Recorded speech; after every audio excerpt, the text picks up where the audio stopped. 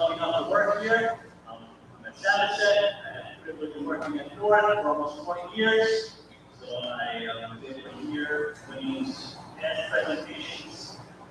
He's phenomenal, he's informative, and you're in for a treat.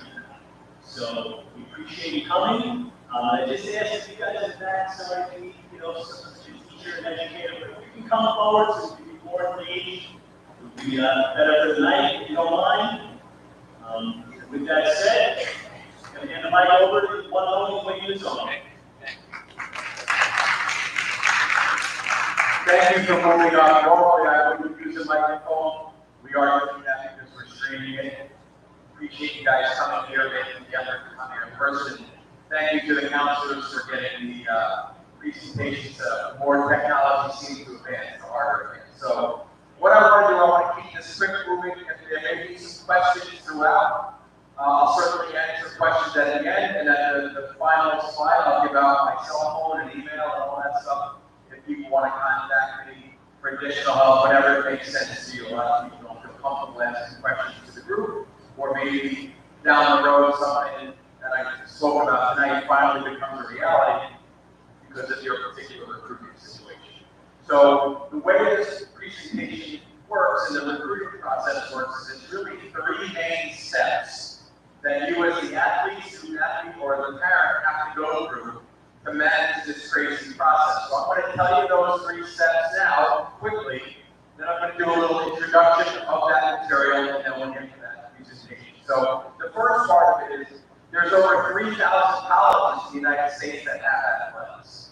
And the first part of the process is to figure out where you fit academically, athletically, and then what you want out of your college experience. So your list should shrink the more you learn about yourself as an athlete, as a student, and what you want from college. That's what we'll talk about in step 1.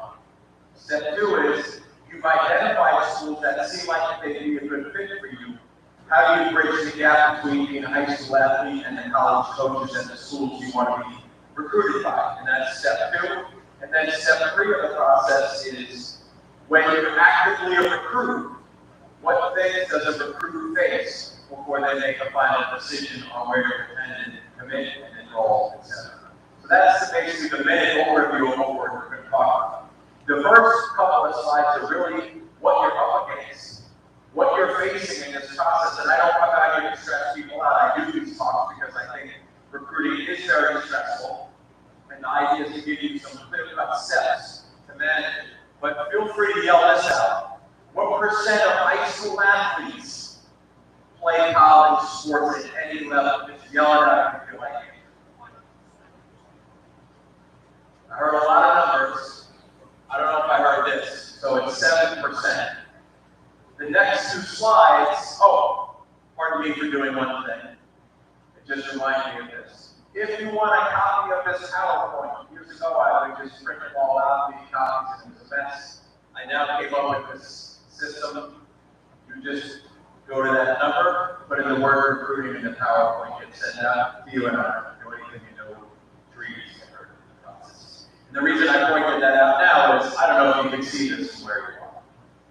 That's why I asked you to move up, or we asked you to move up. So this number here is the participation rates the last time it was tracked by the NCAA. And if you can see close enough, I gotta get in there. The top one is baseball. There's 482,000 high school baseball players, and 7.5% play in college. You could have good enough eyes to see the other sports there for the male athletes. Here's the number for women. I think hockey is as high as 26%, volleyball as low as 3.9%. What you're trying to do, play your sport in college is very competitive. And I get asked a lot, what do I have to do to be in the 7%? What do my kid have to be in that 7%? And to me, it comes down to these 4 things. They'll be somewhat obvious, but maybe not. You gotta be really good. You gotta be talented, you gotta be extremely motivated, and then you need the physical traits that go along with the sport you play, whether it's height, speed, strength. You have to be really, really good. That's the first thing coaches want. Let's not care. Number 2, you have to be a serious student.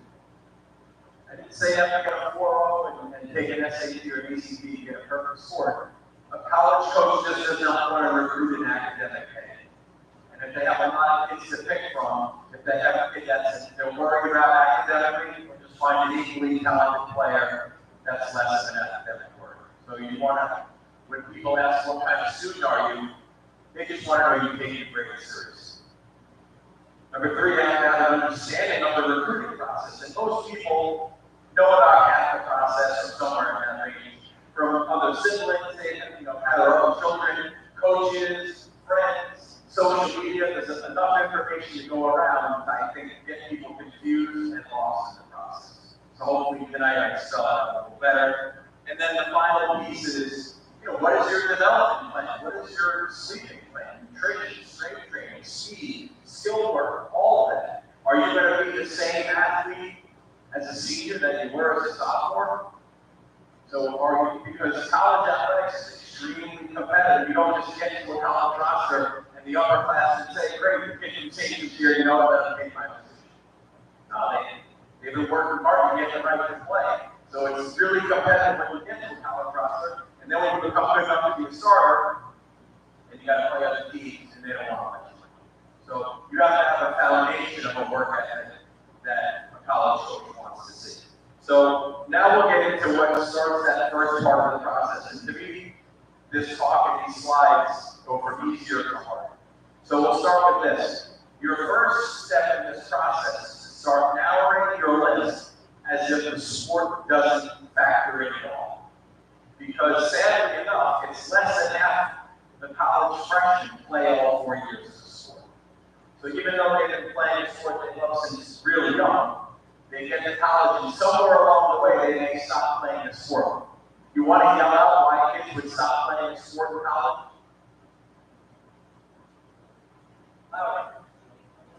Not getting playing time, injury, not having any fun, coach changes, they bring kids to the transfer portal, you don't have a spot anymore. Your academics are suffering, you need to get an internship. You find it's not worth your time. You get a boyfriend, girlfriend, you have other things going on. So the reason I bring that up is, for example, Stony Brook, fantastic school, but maybe you don't want to go to Stony Brook because it's so close to home, but you happen to like the sport and the coach. Well, if you go there and play your sport for 4 years, maybe it's the best choice ever. But maybe by sophomore year, you're not playing, you're paying more people. Why am I at Stony Brook? It didn't fit all my other criteria. So I'm trying to hit that home of doing things like this. Going out and visiting schools and trying to come up with, through trial and error, you want to be close to home. You want to be in the Northeast. You want to be in the West Coast, Midwest, South. You want to be in a city, a suburb. You want 40,000 students. You want 2,000 students. Do you know what you want to study? The more you learn about yourself, the easier this process gets. Because even if you just said, I'd like to be 3 hours from Montana, you just took 3,000 schools and made it 250. I want to be outside the city, but not in the city, delicious. I want to be chemical engineering, delicious. I want 5,000 to 10,000 students, delicious. I have a 3.5 and 1,200, SAT, delicious. So you're trying to look for more factors, and you do this, there's a variety of ways. There's books, there's plenty of websites, you guys have awesome guidance, which is why I'm here. You have a great guidance department at both the high schools in the whole district. Nothing will be getting in your car and just go and look at schools. I don't say do an open house or a fish store or meet a coach. I say, for Thanksgiving, you happen to be going up to Boston for family. I would hit 8 to 10 schools on the way up, and I would hit 8 to 10 schools on the way back. I'm talking, you might not have to leave your car. Go look at Trinity, go look at Fairview, go look at UMass, Amherst, Harvard, Boston College, Tufts, Madison, Stonehill, Merrimack, on and on. Literally just take a quick look and ultimately start to know what you want. So, for example, if all of us tomorrow just met at Rutgers and we did a full court of Rutgers, and then we debriefed and got everyone's opinion on it. A third of the room will think it's the greatest place ever, don't to see any other schools, they found the perfect place, great. The other third says, this is nice, but I'd love to see more. And the other third says, I never want to come back to this massive, take a shuttle, 300 student in a freshman seminar class ever again. There's nothing wrong or right, it's your own choice. But a lot of kids come here and they want to learn about recruiting and they haven't been to many colleges. In fact, I'll ask, is there any student athlete in the room that's been to more than 15 colleges? More than 10 colleges? More than 5 colleges? So that's the point. If I was working at the school, if I was advising you on the recruiting process, you came up and you said, Coach, I want to play college soccer. I'd say, listen, go hit 20 schools, tell me what you look. Even if it came back and said, I love a school like Oxford for X, Y, and Z, but I don't want to stay alone. I want to go to Maryland, Virginia, North Carolina. Then you can talk to counselor, not be on to College Board or one of these websites that helps you do that. And start to at least think you're looking in the right direction. Just like every adult here is looking for a job. You say, I'd like to work in a school district, I'd like to live in Suffolk County, here's the places where I can be employed. You can do a job search. You don't say, I'll do any form of employment anywhere in the world. That's a really difficult way to do a job search. It's a really difficult way to get recruited. Unless you work with several players all around, I'd say you are fantastic. So you're trying to narrow your list down. It could be 5, I don't care if it's 100 that's very narrowed down from the amount of choices that are out. But it should be without factoring in the sport. Because now we'll get to the sport is what is your talent level as it compares to college? And sorry, it's not just the comparison. I went to Northport High School. Well, hold that against me. Way back when. Played 2 sports, played Division III, played both sports in college, Division III. And I've been out of high school like 35 years, and my dad still thinks I got totally screwed. Should have went to Notre Dame on a full ride. So parents are the worst judges of athletic talent for 2 reasons. What are the 2 reasons parents aren't the best judges? You're biased, you love your kids. But there's a second reason, which is you are watching the 10, 12, 15, whatever amount of high school games, and then if they play on a travel team, you're watching the travel season. You are not recruiting kids in Florida, Texas, California, Pennsylvania. You're not flying over to Spain and looking internationally. You're not seeing the entire recruiting pool out there. So it can be very difficult for parents to be the ones that are the front line. I think you're going to do one. Maybe you are, maybe you're not anywhere close to it. And if you don't do this process right, and you spend all your time trying to get Division I schools into you, when you're really a Division III player, and you spend a year in any Division III school that shows interest, you don't pursue them.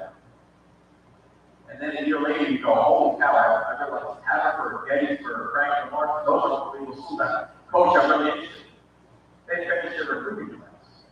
So your job is to get as close as you can to are you high-level Division I, are you lower-level Division I, high-level Division II, lower-level Division II, same in Division III, or are you like 93% of high school athletes, and 93% of high school athletes are what division? Division IV. There is no division. So it's really, really competitive. So what are some things you can do? Number one, you have to ask the coaches that know you best, that you're with on a regular basis, that know you for a couple of years, high school, travel, lessons, I don't care, you ask that person. The more feedback you get, the better off you'll be with being accurate. So high school coaches, travel coaches, it's a must conversation. I've been playing for you for 2 years, I want to play field hockey in college, you've done this process, where do you think I did? Oh, they're ready. Friends in college, whether they're from the same different district, however, they're now playing at the next level. So they're playing at Rider University in New Jersey. Hey, are you getting playing time? Are you thinking you want to transfer because you're never going to get playing time? If I was on the team at Rider, you think I'd make the team. Maybe I'm too good. Maybe I should shoot higher than that. Ask a friend, because you all know sports equally well in your sport. I'm sure you do. If someone asks you on your high school team, grade out everybody else on your team, you'd be pretty close to everyone else on your team, because you know the sport. So ask a friend what they think. The camps and showcases, which I'll talk about in the next section, about how to use this to get recruited. I'm not using this here, I'm talking about camps and those events to get recruited. I'm talking about for you to figure out how good you are. These camps have 2 things that can help you. One is, many of them actually grade you out. They're run by college, at the end of the 1 day or 2 days or a week, you get a report that this college coach, wherever they are employed, says, hey, this is what we think. We think you are a borderline Division III player for your club. They give you that feedback from someone that does this for a living.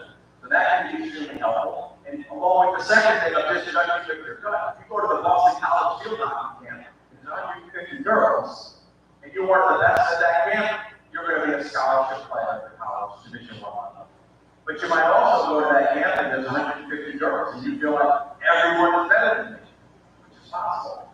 Maybe you're not good enough already at this point to play college field hockey. So how many of you have been to any kind of showcase or camp or event with multiple schools, multiple players? Decent amount of you. So you should be looking in the details. Do they do that? Will they give you an evaluation? It's crucial. It could save you an incredible amount of time. Watch the colleges. So few people watch college sports as their own. Yes, probably there's some stuff you can watch on TV and that's somewhat helpful. But I think everyone knows any sport is way more realistic when you're actually there watching and you can see the talent and the speed and the feel the vibe of the whole place. I highly encourage you to watch practice or a game in your sport at all levels.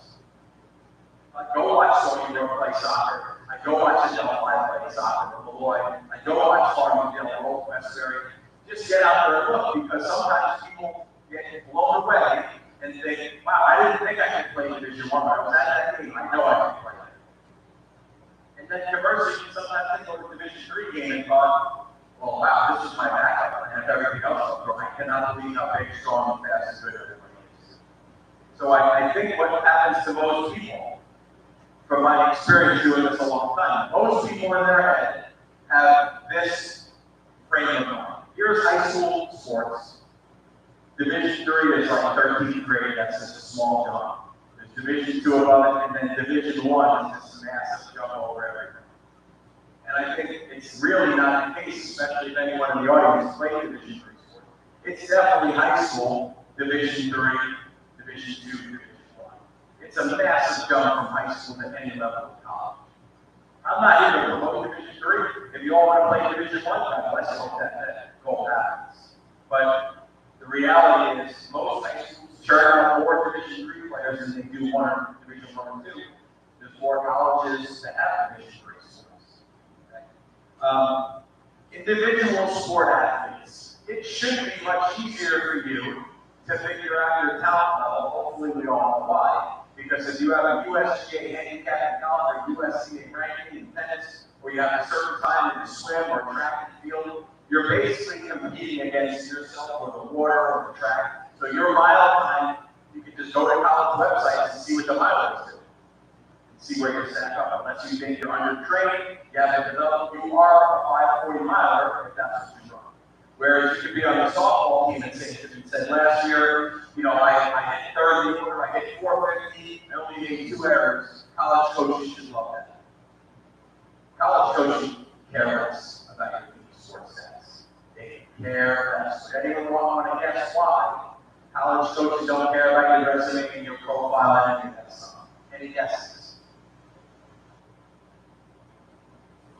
It doesn't tell the level of competition. So your stats look good because maybe you just take the softball player. She has 4 games, 3 are against very marginal teams where she does unbelievably well, and then the 4th game has a pitcher who's committed to UConn, and she strikes out 4 times. But the average over 4 games was great. And maybe she only had 2 errors because she's not good enough to be able to get to other balls where she had potential to win. So stats, team sports stats are not wowing coaches over. Individual sport athletes, yes. Okay? So what you're, and I think I talked about the plan before, so there's a question on that in a minute. The reason I put that up there is I recruited to 30 years as a college coach. And I evaluated a lot of 9th and 10th graders. And on my notes, I would always write NFU, not for us. And I didn't want to, because I had another rating system, and I didn't want a kid to see my notes and come by and get really upset by seeing the notes. So I just put NFU, you would have no idea I put that. And then I've actually recruited kids and gone back and see what my notes were on them 18 months or 2 years earlier, and I thought they couldn't play at any level of college. And 2 years later, not only am I recruiting them, I'm making a scholarship. Why? They woke up. They started to train, live, eat, sleep, do everything to be great. So and that's why while I don't want to rush anyone on recruiting, when would I get my child evaluated? 8th or 9th grade. I didn't say start recruiting, but would you rather find out as a freshman you're too slow, or fall of your senior year you're too slow? I'd rather find out earlier, start running, you know, a whole bunch of things to get past. Okay? So if the person that I kind of referenced before, I sort of made somebody up 3 hours from home, they want 5,000 to 10,000 students, they want to be near a city, but not in a city. Chemical engineering major, let's make them a lacrosse player. They do this homework and they say, you know what? It looks like I'm pretty much a Division II player. Maybe some of the lower Division I's, not the power programs, but some of them, and then maybe some of the really good Division III's. So I go back to my original, however many schools, and I look and see who has sports at that level. And that becomes a really good way. You're not going to do it right at the end of tonight. Maybe take you a couple months, but a really good way of saying, these are the places on this list, 20 schools. I'm probably going to one of these 20. And then when you ever talk to a coach and they say, what made you interested in X, Y, Z school, you're able to say, because I did my research and I like a school that was 3 hours from home and had all what coaches want. When you're in a job interview and they say, you know, why do you want to work here? If you say, no one else will hire me and I'm just going for it, I gotta get a job, I need it. No one that doesn't like me, if you say, listen, I love the projects you guys are doing on my last 2 jobs, I did the same thing, I think my skills would be great. That gets people interested. Okay? So you need to do your homework on those schools and be proactive about it, unless, again, like I said, you're just an elite of 1 in a century player that everyone is just going to be all over. So before I go on to the next part of this, any questions on anything I said that maybe didn't come out right and confusing, feel free. Anyone? Okay. Yeah, we'll do questions at the end also. So we start to talk about now step 2 in the recruiting process. You've identified the school. Maybe you're listed as Colgate and Villanova, Lehigh, Cornell, Siena, Marist, whatever your list is. Okay? Maybe schools are all different levels. How do you go from Sage of North, Sage of East, to get one of these coaches to know who you are? So before I go through this and mention what's at the top of the screen, I think this is a good time to say this. I think that many people don't ever think about this. Most people think college coaches just go, all right, let me just sit in the office here, I teach class of 25, I like you, I like you, you come on in, you know, good. They think it's easy. It's absolutely the most horrible, overwhelming, stressful process coaches face.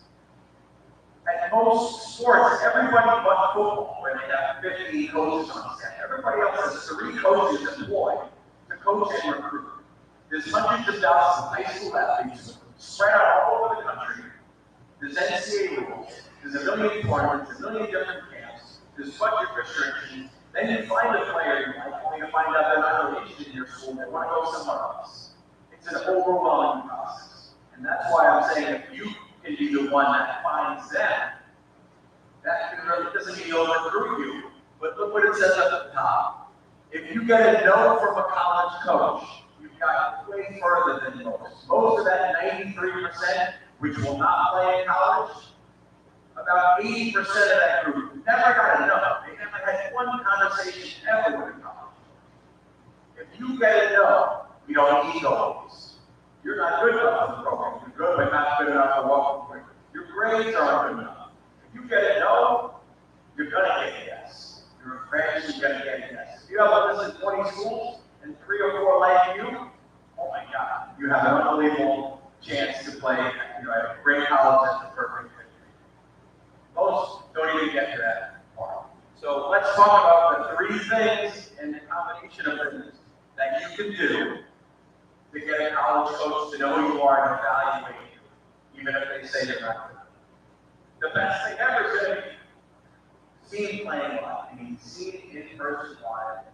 One thing I didn't mention about why it's hard for college coaches should be obvious. College coaches don't watch a lot of high school games live. Why not?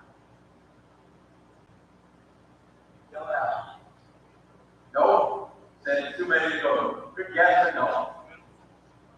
It's their season too. When you're playing, they're playing. So I don't think Nick Saban goes, you know what, we got a big game against Clemson. Everybody got the game. I'm going to go up and see if anyone can play. Right? So it's difficult. But if your team can make a good run, it's long year, maybe makes the playoffs. That season, playoffs usually go past most college seasons if they don't make the playoffs. So let me repeat that. You're a college lacrosse coach. You didn't make the playoffs. Your season's over. The high school lacrosse season and playoffs are going to continue on. College coaches will go there. If the team makes a long run in the playoffs, they probably won't be able to watch it. Which is why travel in summer is a big recruiting time. It's not that it's more important, the coach has nothing else to do once they go out and recruit. So your goal is always to set a coach your schedule, high school, travel, and then camps. So to me, there's two kinds of camps. I mean, I'm sure Randy, all of you have been bombarded in your sport with trying to get you to go to camps. But in my mind, there's two types of camps. One could be necessary, the other absolutely necessary. The kind that could be necessary is more of the showcase time. It's got 10, 15 college coaches. It's run by a business, so someone's running a business. Hiring coaches to be there, and then opening it up to everybody to be there. That's really what a showcase is. Now that could work because you may get 50 coaches where that would be able to see you otherwise. There's a few problems with those. There's a lot of kids. Coaches are assigned to certain fields, so you're playing, on field 1, the coach is assigned to field 4, you never connect at the same event, and they're very expensive. If your list isn't targeted, you might want to do that. If your list is targeted, the best thing you can do when it comes to be seen live is go into that school's prospect or ID. For about 15 reasons, I'll give them all the examples. Number one, they're the cheapest. Many of the colleges that run camps are $75, $100. The reason they run camps, does anyone know why coaches run camps in the first place? You can't do tryouts. It's illegal to say, you know what, come on up, we'll work out on campus and let you know if we can do it. Or jump into practice with the team, we'll let you know what we think. It's illegal. That's why there are camps in the first place. The whole coaching staff is there. So when Lafayette runs their volleyball camp, instead of one coach in Maine, one coach in Delaware, and one coach in Jersey on a given day in their recruiting period, all the coaches are there, watching the whole players all at once, talking them out of the record. You get to see the school, you get to see the facilities, you get to meet kids on the team that are currently on the team now. The coach knows you like Lafayette, otherwise you wouldn't waste time signing up for Lafayette camp. So you bypass, I wonder if this kid interested in my school. And this is maybe one of the more important things I'll say. About a third of college rosters come from their own camp. So let me repeat it. About a third of college rosters come from their own campus, their own tryout, all the camp. You can recruit other ways too, you don't have to go, but it's a pretty good way to move it forward. Are they interested? And then if you go to that camp and they haven't shown up your coach, what do you think about performance? Get feedback. Which I'll put up on the street. Get feedback. What did they like? That's the way to do it. Instead of just going, gee, I went to camp and I'm not going to ask them. If they call me, great, if not, no, I'll follow up. What did they think? That's going to help move forward. Video. You got to get some video somehow in most of the sports. If it's football, you have an easier time. Football who's heavily on video because it's not travel football. Football camps are different. You're not going 11 on 11 all the time to beat each other up. So if anyone's a football kid here, you know that follow is a massive way that kids get recruited. So, but other sports the same way. And I used to spend so long on video, talking about video, show examples and the whole bit. It's not easy. Get any video if you're doing anything. I don't care if it's highlights, a half a game, a practice session. Just get anything.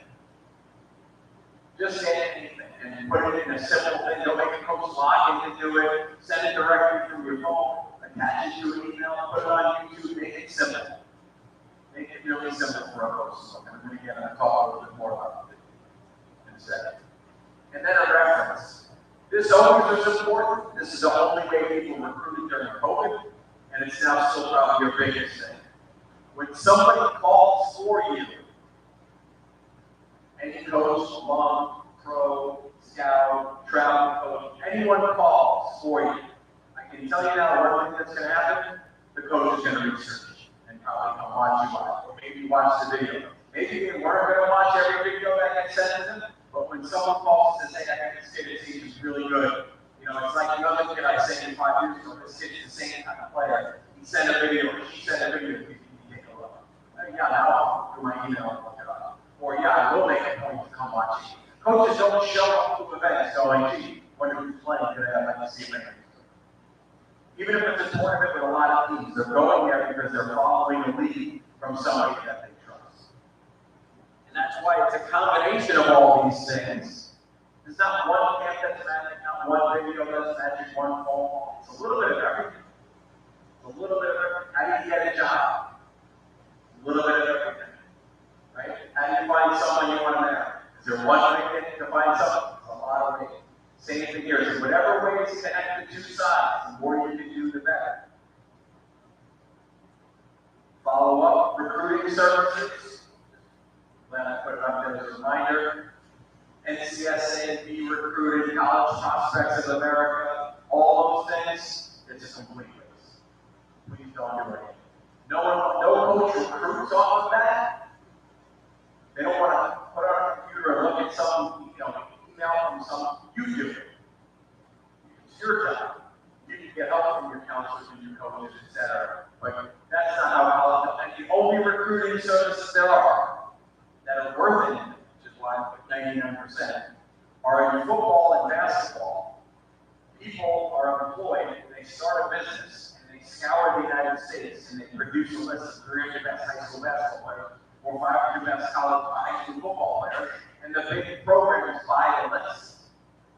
So Alabama, Georgia, Duke, they buy the list so they can say, all right, someone's done my work. Here's the best 300 kids. Let's identify the top 100 here and go at it. You can't get on that list. You have to just be great.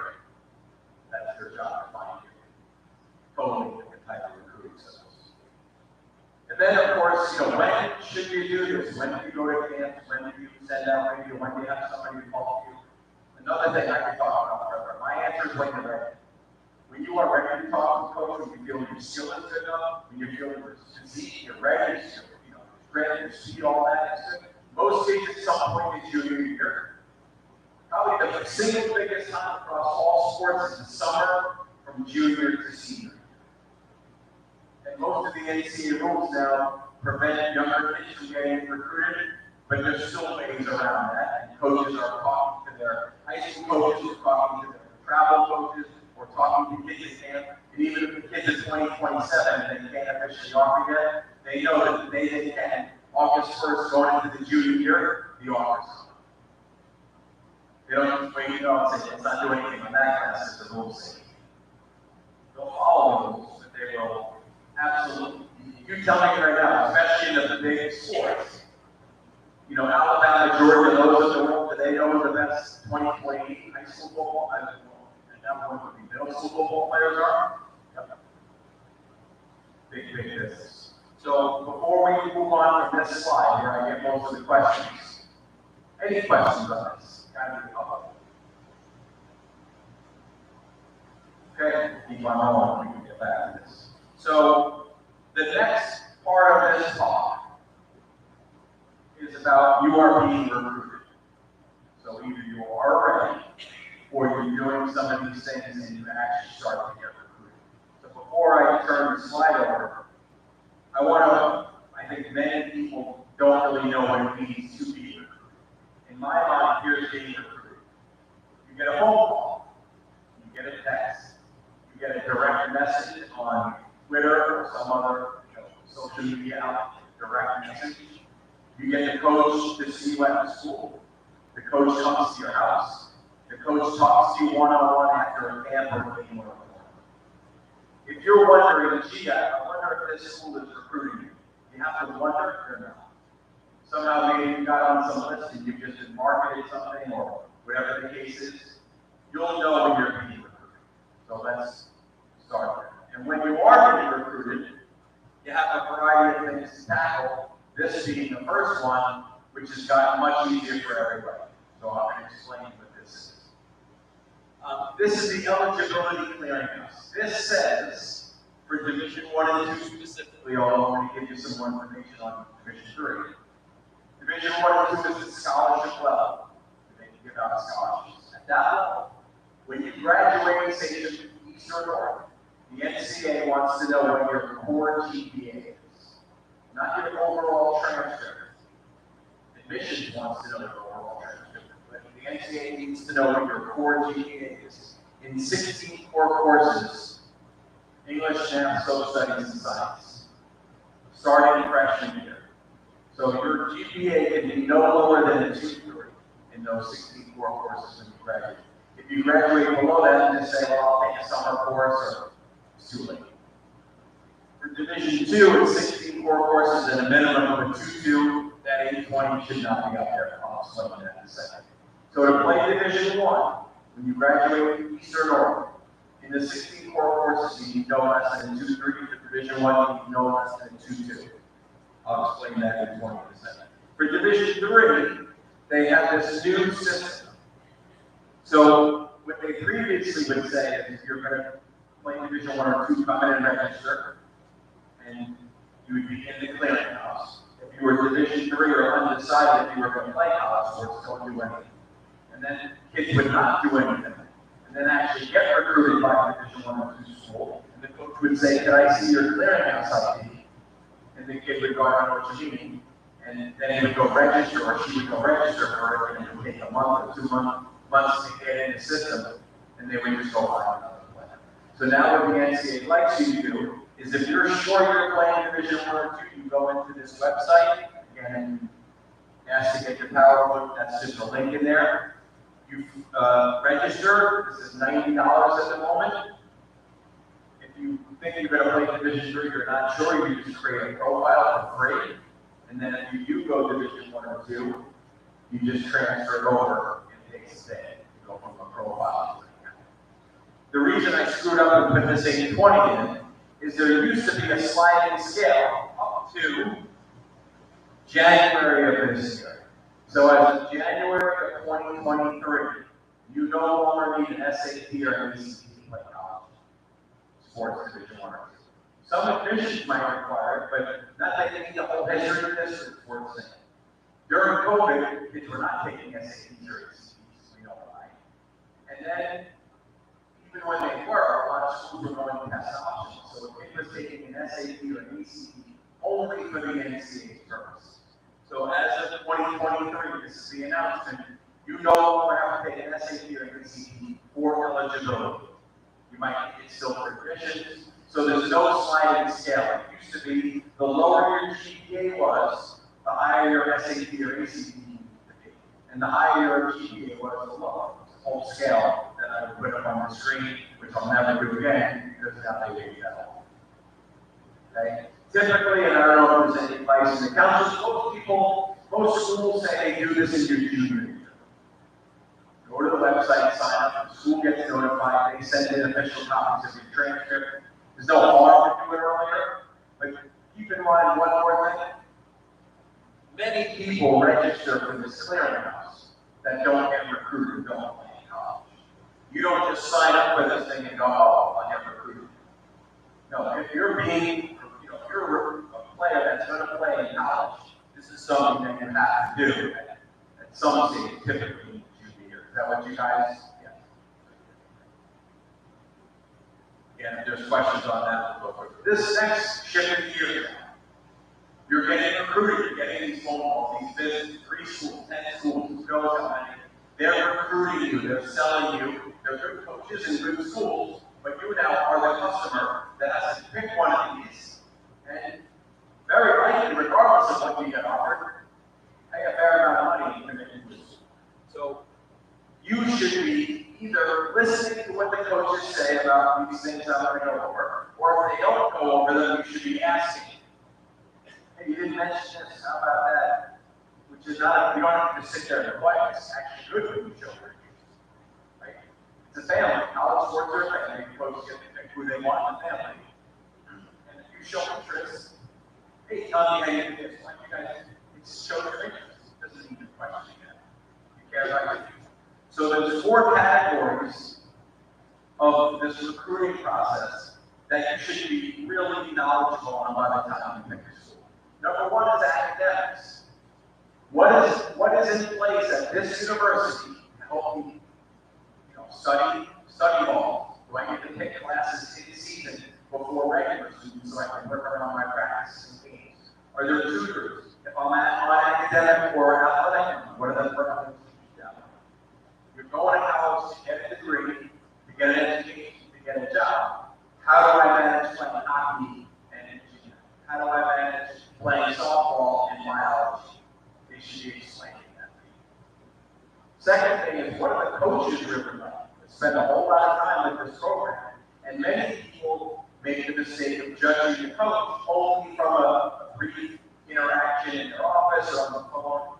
You've got to do your homework, because coaches often are different in the way they recruit and the way they coach everything.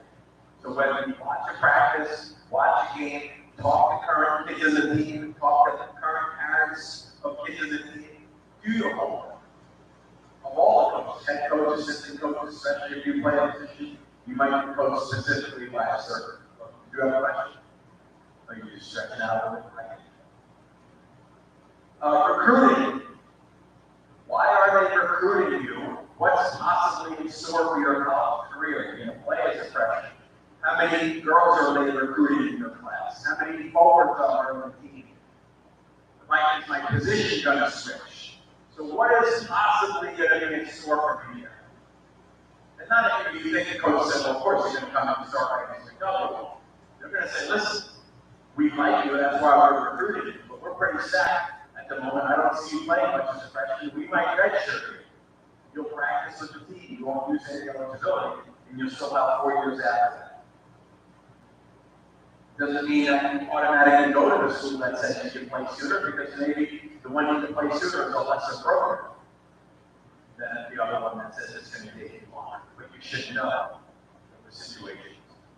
And then I've worked at 5 different colleges as a coach, and I know that every athletic department is different.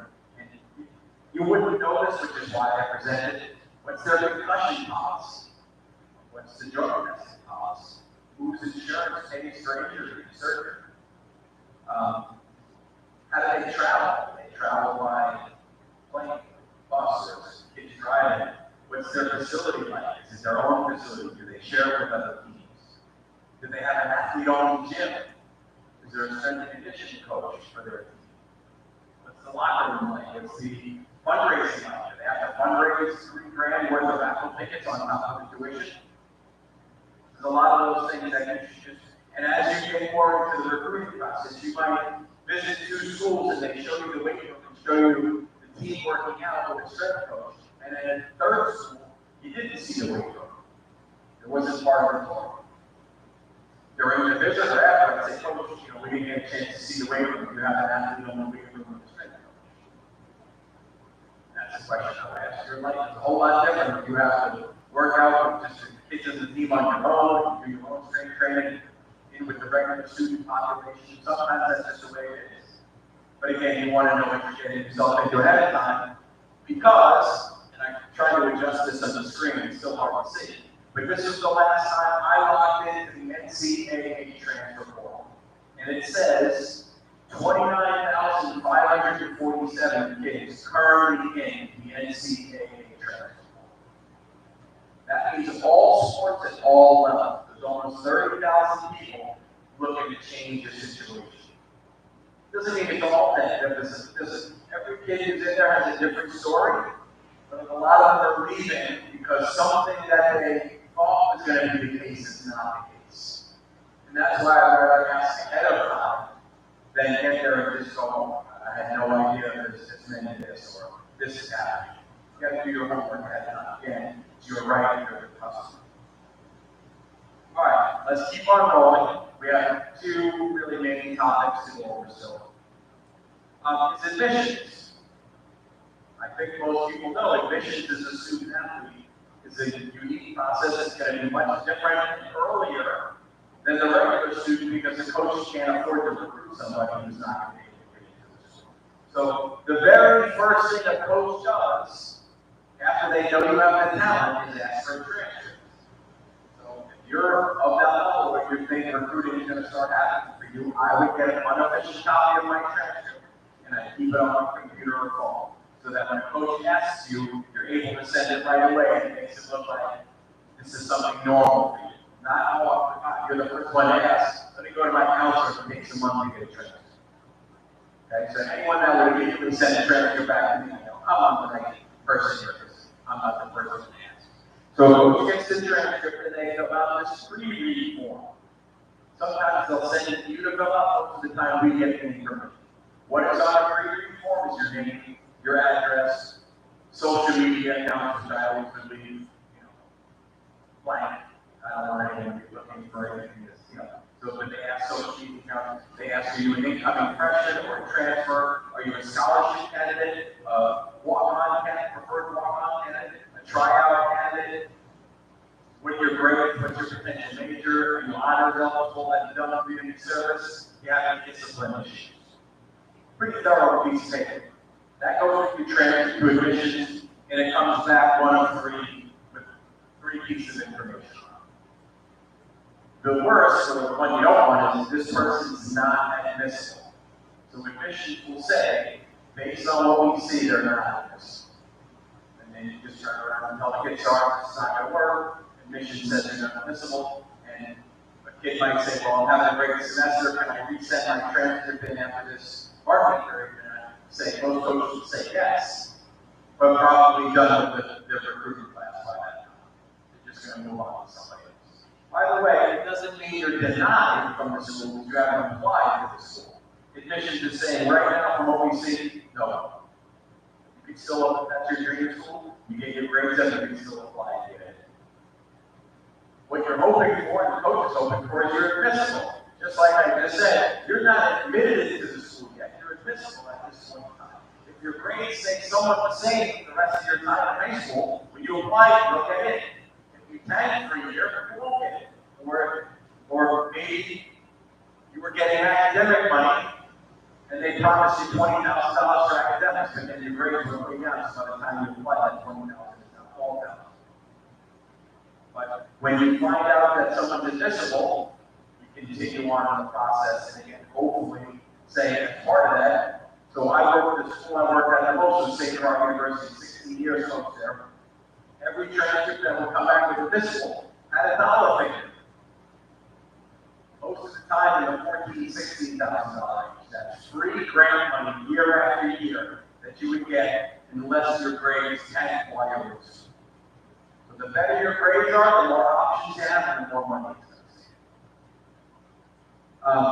And then we'll get to scholarships in a second. So this happens early. This can happen as early as right away in your junior year. And even there's even ways to get it done early. So for example, the coach currently 26 who's on software is really good. The coach at the college called the coach and said, listen, I really like this kid. Can I get a transcript to see if we're on the right track? You may not get an admissions review, but you may get a transcript test. Again, why? They don't want to waste time. Anybody that's interested in the Ivies, the high academic schools, the conferences like the NESCAC, the Patriot League, instead of going over this, which I would do every time if this doesn't apply to enough people, I'm just going to, I can ask or tell you after if you want, after the main talk is over. Go to Google and check Academic Index, IID, Academic Index, NESCAC. They basically, these conferences have agreed to recruit the same way for that conference. So in other words, in the Ivies, there's 8 Ivy schools. They want all of them recruiting similarly. They don't want 10 one year saying, you know what, let's just let in anyone this year because we need to start winning games. We're getting to the admissions requirements. So if you are interested in one of those schools, there's a formula to calculate what your academic index is. And it's something you want to know if you're going to be interested in playing at one of those levels. Again, I'll talk more about that. All right.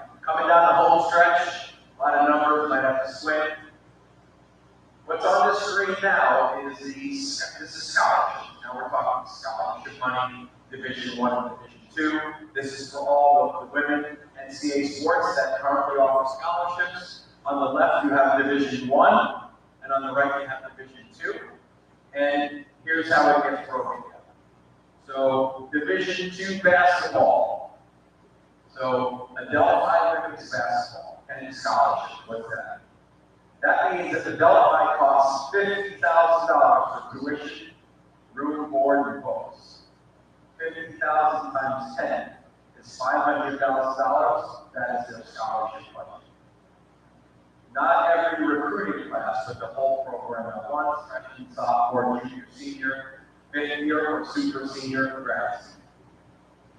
And what coaches do, the software, they just use Google spreadsheet to write it on a whiteboard and say, these girls are graduating.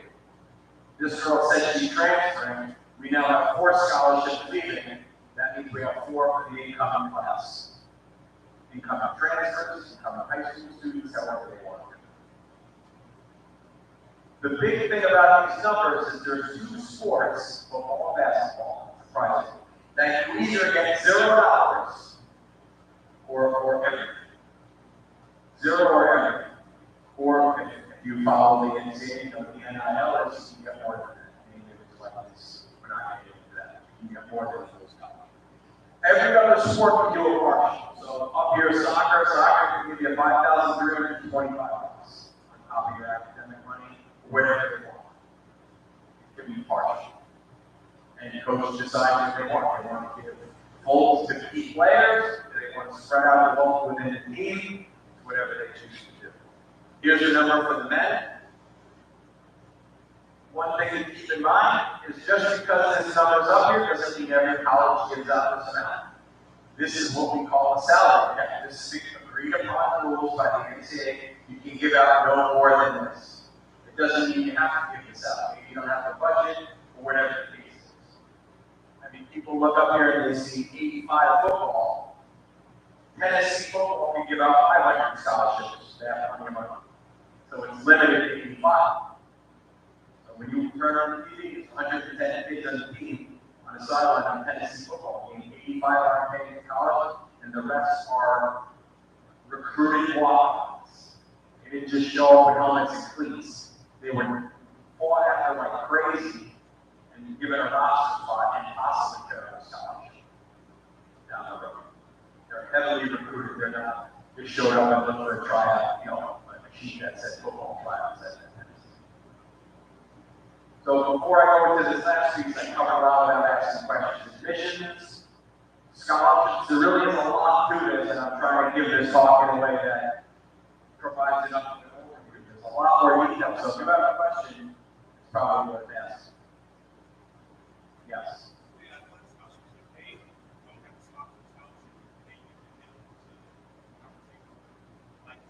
Okay, so the question was, if they don't have a scholarship for you, can they use the NIL money? They can do whatever they want with the NIL. Whatever they want. It has nothing to do with your scholarship. It's what basically it's a legal, it's a now legal booster system. That's really what it's coming out. So I have one of my son's friends in Lyon, Texas. Scholarship, $50,000 a top. Good reason to go to Texas. But that's a level very difficult to get to. It's major college. All right, last few slides here. I'll just put these all up now. I find there's 2 really stressful times for high school athletes. One is getting no interest at all. Friends are getting interest, you're not getting any interest. And the second time is you got interest, but deadlines are going to be put on you, and you don't know, you can't sleep because you don't know where you are. So, all things being equal, I would go to the school that's better academically or better for what I want to major in. Or I would go to the school that's cheaper or giving me more financial aid, basically investing in me more. Or I would go to the school where you and the coach have the best rapport, you like that coach the most. In the beginning, I said, don't pick a school for the sports. I'm saying at the end, you have 3 schools, they all seem equally great. But if it's one school, that's the coach you really want to play. Then it might make sense to use the sport and the coaches is the deciding factor. The reality is you should now make a full visit, sit in on class, eat in the cafeteria, go to the dorm, watch a game, go to an event on campus, stay overnight if you're able to, and test drive the school that way. And usually when you do that, you go visit 3 schools. You'll walk out and I know that this is where I want. When you don't do that, you're just hoping you get the right one, and then unfortunately, hopefully it works great. If it doesn't, you'll want to leave, you quit your sport, you'll transfer whatever it is. Okay. Last thing here, that's the number up to get the PowerPoint. If you didn't get it at the beginning. That's my cell phone, that's my email, and then I have books if anyone's interested. Cash, Venmo, just come up to the front. So let's not end yet. Let's go through some questions. Let's do 3 or 4 group questions, and then after that, you can contact me individually, or I'll stand up on the books if you want to ask the first one. Yes.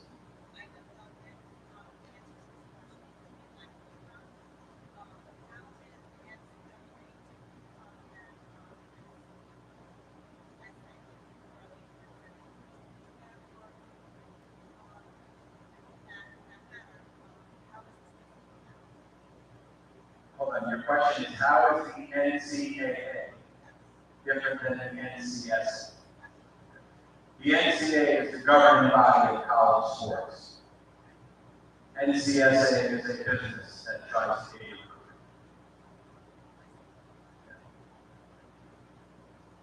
Got any more questions? Yes.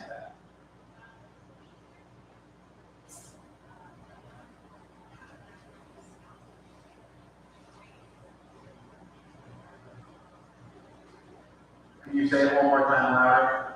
Or pass it up?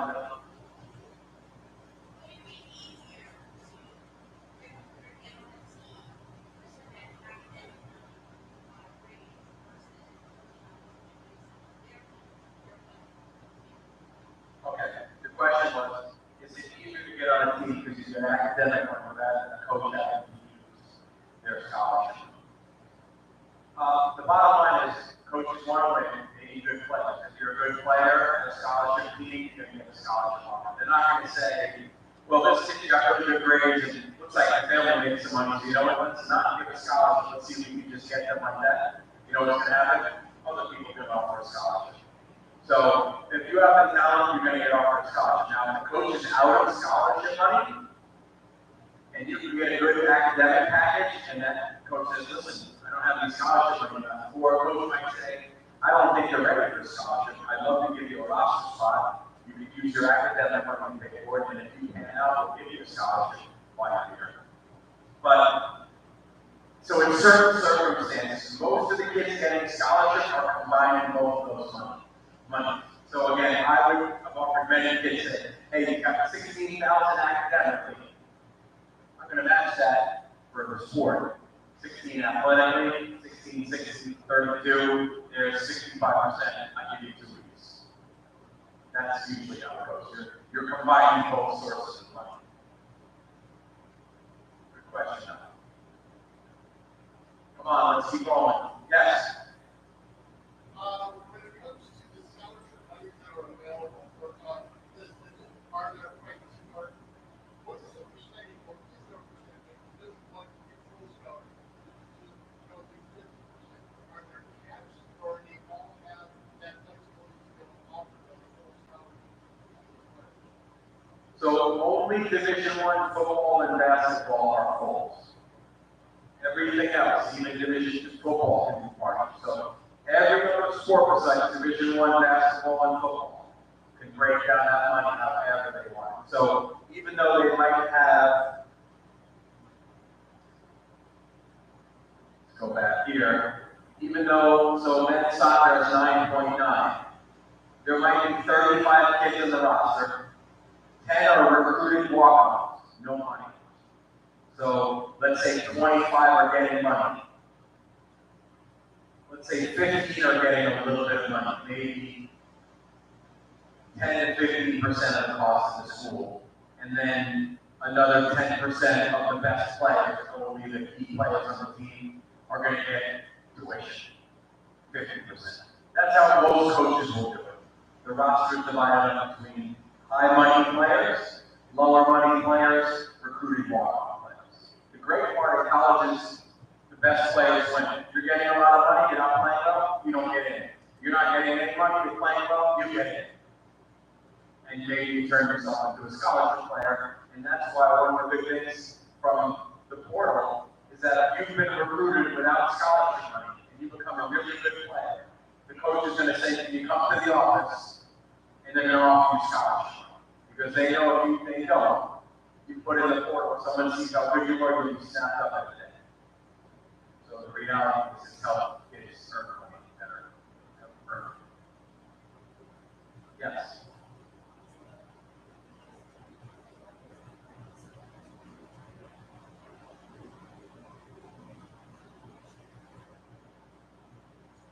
All right, I'm going to answer that in two parts. I'll do one and one of the councils will do the other. When it comes to recruiting, maybe Station goes above and beyond compared. I think the athletic director, the guidance counselor, and the coaches have no obligation to help anyone recruit. It's not a job. If you ask your high school coach, hey, listen, I got 3 schools on my list. I think I'm a good fit. If you agree, could you call them for me? I bet you'll do it. But I don't think the guidance counselor wakes up every day and comes and goes, well, we've got to get everyone recruited today. Let's see how I'm going to do that. Their job is, now, when it comes to applications, I have no earthly idea. I don't know if one of the counselors wants to talk about the role of the counselor in an application process. I'm in the middle school now, but my memory is very, very clear. I personally have an athletic background as a son of coach, played sports, lucky enough to get recruited, so I have some background in this work, I can give you some insight. The majority of counselors, 99%, probably do not. They will all help you get transcripts, they will provide you with a clearinghouse, the science will provide you, guiding you, paperwork. They're not going to have to do it. They're not jobs. I can call up and ask, you try to do all this. Let's transcript, you send to the NCAA, they're all over. If you ask for an official copy, they can provide that. But in regards to speaking out with coaches, you know what I'm saying. Anyway. Anyone else? Questions? Yes.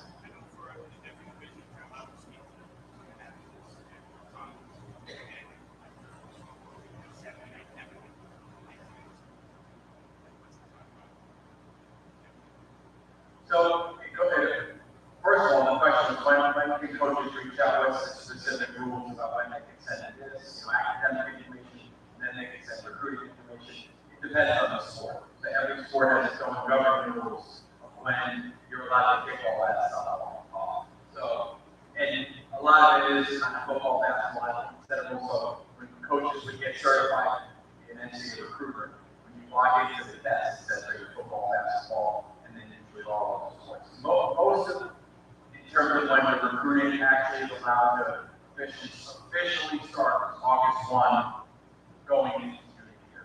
That's the standard time for most sports. Legal ways around that sometimes. All right, let's leave it at that. If anyone has any questions, feel free to